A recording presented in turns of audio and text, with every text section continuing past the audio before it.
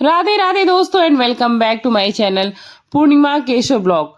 आज की इस वीडियो में मैं आपको बताऊंगी कि दुर्गा सप्तशती के प्रथम अध्याय में क्या है। हिंदी में विस्तार पूर्वक वर्णन आपको मिलेगा, लेकिन इसके पहले आपको संक्षिप्त जानकारी दे दूं दुर्गा पाठ एवं विधि की। तो श्री दुर्गा पूजा विशेष रूप से वर्ष भर में 2 नवरात्रों में आती है। अश्विन शुक्ल प्रतिपदा को जो नवरात्र प्रारंभ होता है उसे शारदीय नवरात्र कहते हैं। माँ दुर्गा के जो भी साधक हैं, जो भक्त हैं, सुबह अपने नित्य क्रिया से निवृत्त होकर स्नान आदि करके स्वच्छ साफ वस्त्र पहनकर अपनी दुर्गा जी के मंदिर के पास या मंडप में बैठ जाओ। दुर्गा जी की मूर्ति और चित्र जो भी आप लाए हैं उसकी स्थापना करें। मूर्ति के दाहिनी ओर कलश की स्थापना करनी चाहिए और कलश के ठीक सामने जौ बोनी चाहिए।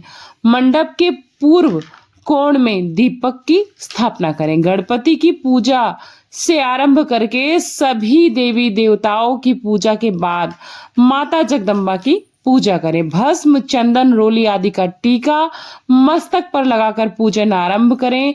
बिना टीका लगाए सूने मस्तक से पूजन नहीं करना चाहिए, इस बात का विशेष ध्यान रखें। नौ दुर्गा की प्रार्थना करने से पहले कवच का पाठ, फिर अर्गला और कीलक का पाठ करें। इसके बाद रात्रि सूक्त पाठ करें। इसके बाद यानी इसका पाठ कर लेने पर सप्तशती का पाठ आपको आरंभ करना है।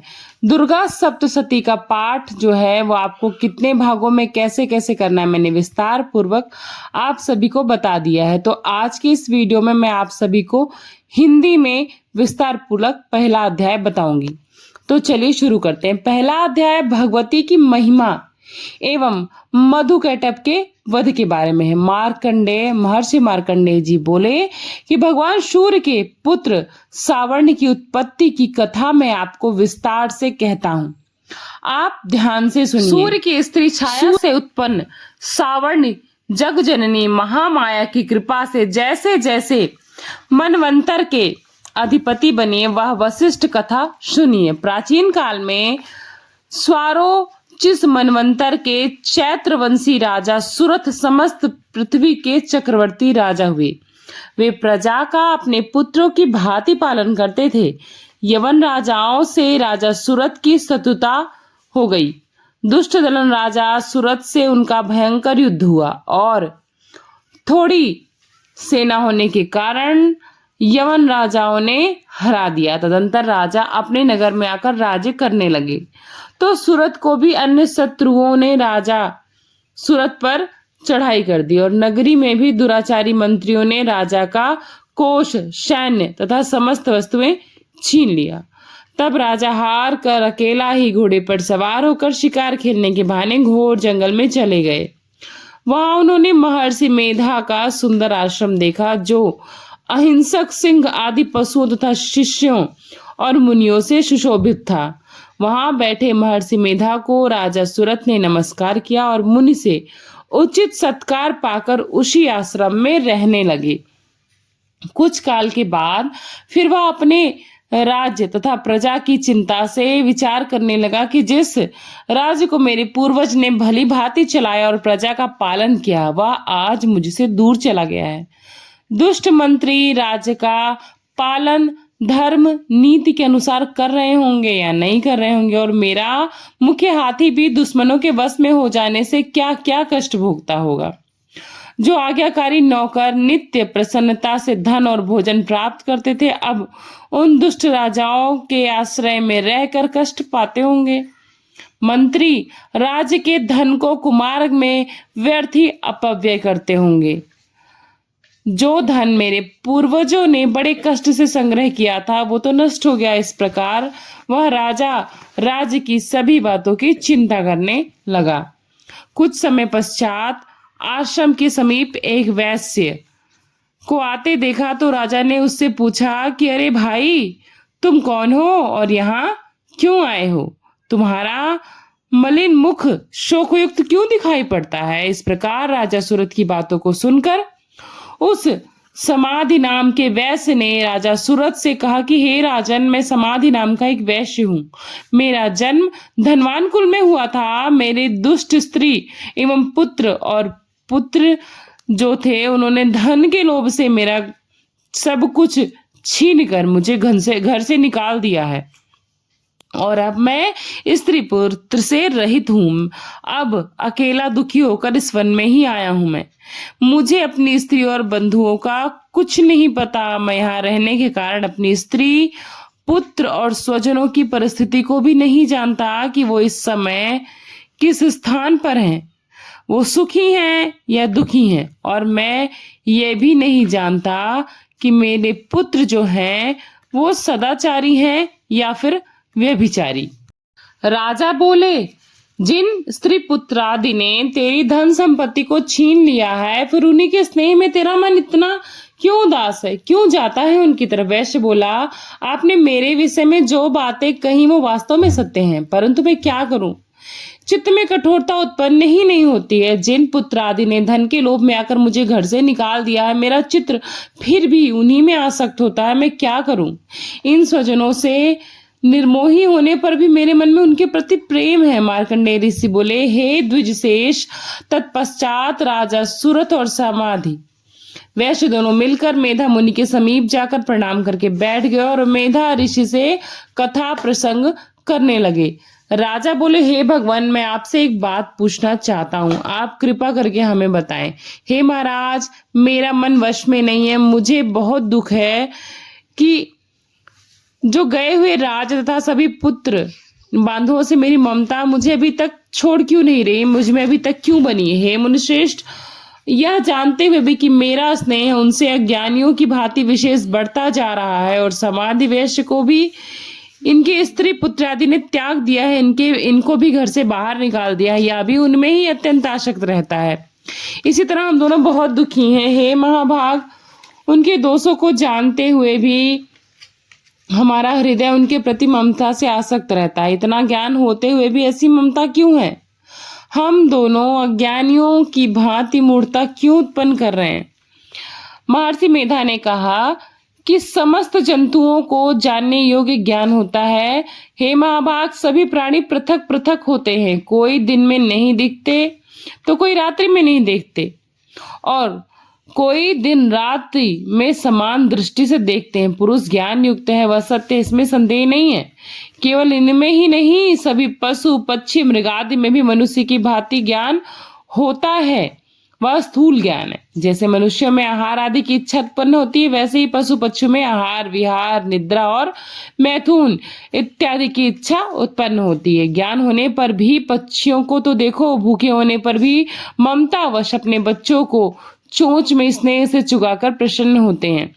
हे राजन, मनुष्य भी अपने पुत्र पौत्रों को इसी भांति वर्ताव करते हैं। वह पालन पोषण इस इच्छा से करते हैं कि जब हमारी वृद्धावस्था आएगी तो हमारा पालन पोषण वे सभी करेंगे। क्या तुम यह नहीं देखते हो कि पुत्र आदि उनका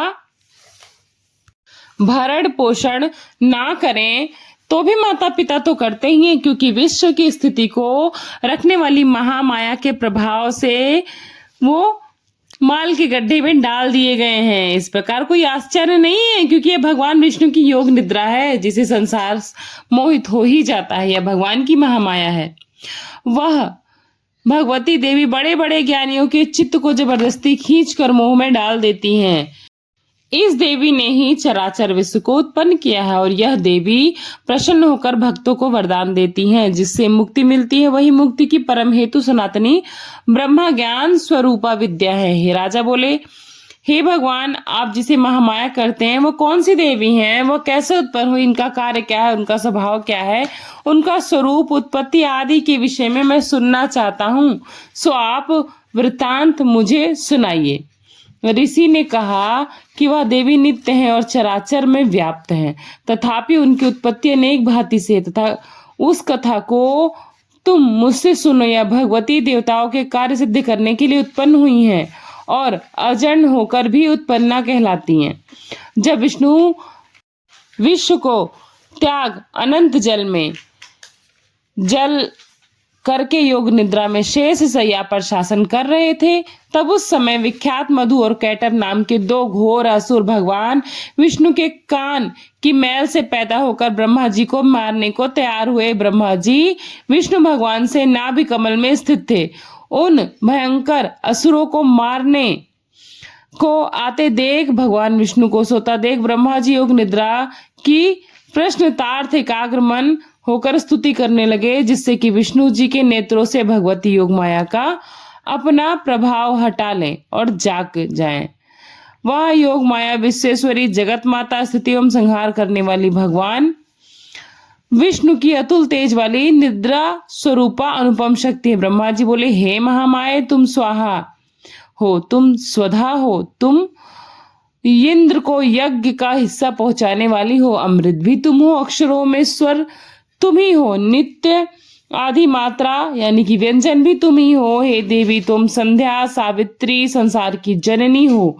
हे मातेश्वरी, विश्व को उत्पन्न करने वाली, पालन करने वाली और संहार करने वाली भी आप ही हो। आप ही महाविद्या, महादेवी और महाशूरी हो। आप ही समस्त चराचर के तीनों गुणों सत्व रज और तम को उत्पन्न करने वाली प्रकृति हो। आप ही कालरात्रि हो। आप ही खड्ग शूल घोर गदा शंख चक्र धनुष बाण भुषुंडी परिध और अस्त्र शस्त्रों को धारण करने वाली हो। हे देवी, आप ही सौम्यता हो। संसार में आप ही अति सुंदर हो। पर और अपरों में श्रेष्ठ आप ही परमेश्वरी हो, जो इस विश्व की रचना और पालन संहार करते हैं। उन भगवान विष्णु को अपनी निद्रा ने वश में कर लिया है। फिर भला बताइए कि कौन आपकी प्रार्थना करने में समर्थ है, जबकि आपने भगवान विष्णु, ईशान यानी कि शंकर जी तथा मुझसे यह शरीर ग्रहण कर लिया है। आप तो अपने प्रभाव से स्वयं प्रकाशित हो। मधुकैटभ नाम के इन महादुष्टों को आप मोह लीजिए और विश्वपति भगवान विष्णु को जगाइए। इन दोनों महासुरों का संहार करने के लिए भगवान को बुद्धि दीजिए। ऋषि बोले, इस प्रकार जब ब्रह्मा जी ने मधु और कैटभ असुरों के संहार के लिए भगवान विष्णु को जगाने के लिए तामसी देवी की प्रार्थना की, तो उसी समय भगवान विष्णु के नयन, मुख, नाक, भुजा, हृदय और वक्ष स्थल से निकलकर अव्यक्त योग माया उपस्थित हो गई और योग निद्रा से भगवान जाग गए। तदंतर भगवान विष्णु ने उन पराक्रमी वीरवान मधु और कैटभ असुरों को देखा, जिनके ब्रह्मा जी को खाने के लिए आंखें लाल हो रही थी। तब भगवान विष्णु ने शेष शैया से उठकर उन असुरों को 5000 वर्ष तक बाहुयुद्ध किया। अति बलशाली उन महा उन्मुक्त दोनों असुरों को महामाया ने मोहित कर रखा था। अतः दुष्टों ने भगवान से कहा कि आप हमसे वरदान मांगो। भगवान ने कहा, यदि तुम मुझ पर प्रसन्न हो तो मेरे हाथों से तुम्हारी मृत्यु हो। मैं तो केवल यही वरदान चाहता हूँ। ऋषि ने कहा, इस बात जब भगवान ने उनसे वरदान ले लिया तो भगवान से कहने लगे कि हमें सर्वत्र जल ही जल दिखाई देता है, इसलिए हे भगवान, हमारा वध उस स्थान पर कीजिए जहां पानी ना हो। ऋषि मेधा ने कहा कि भगवान विष्णु ने शंख चक्र गदा और धारण किए और तथा उन्हें तथास्तु कहा और दोनों के सिर अपनी जांघों पर रखकर चक्रम से काट दिया। यह इस प्रकार यह महामाया देवी श्री ब्रह्मा जी की प्रार्थना करने पर स्वयं उत्पन्न हुई। हे, अब मैं इस प्रभाव को बताता हूं, आप ध्यान से सुनो। तो इस प्रकार प्रथम अध्याय समाप्त होता है। अब इसके आगे का जो है कि देवी का प्रादुर्भाव कैसे होता है, महिषासुर की सेना का वध माता दुर्गा ने कैसे किया, वो सब आपको दूसरे अध्याय यानी कि दूसरे वीडियो में मिल जाएगा। तो इस अध्याय के समाप्त होने पर हम अपने अक्षत को समर्पित करेंगे, पुष्प को समर्पित करेंगे। दूसरा अध्याय दूसरे दिन होगा, इसलिए प्रथम अध्याय प्रथम दिन समाप्त होता है। आशा करती हूँ आप सभी को ये अध्याय अच्छा लगा होगा और आगे के अध्याय के लिए चैनल को सब्सक्राइब कर लीजिएगा, वीडियो को लाइक कर दीजिएगा, फ्रेंड्स एंड फैमिली के साथ शेयर करिएगा। जय माँ दुर्गा, राधे राधे, नमस्ते, प्रणाम एंड जय माता दी।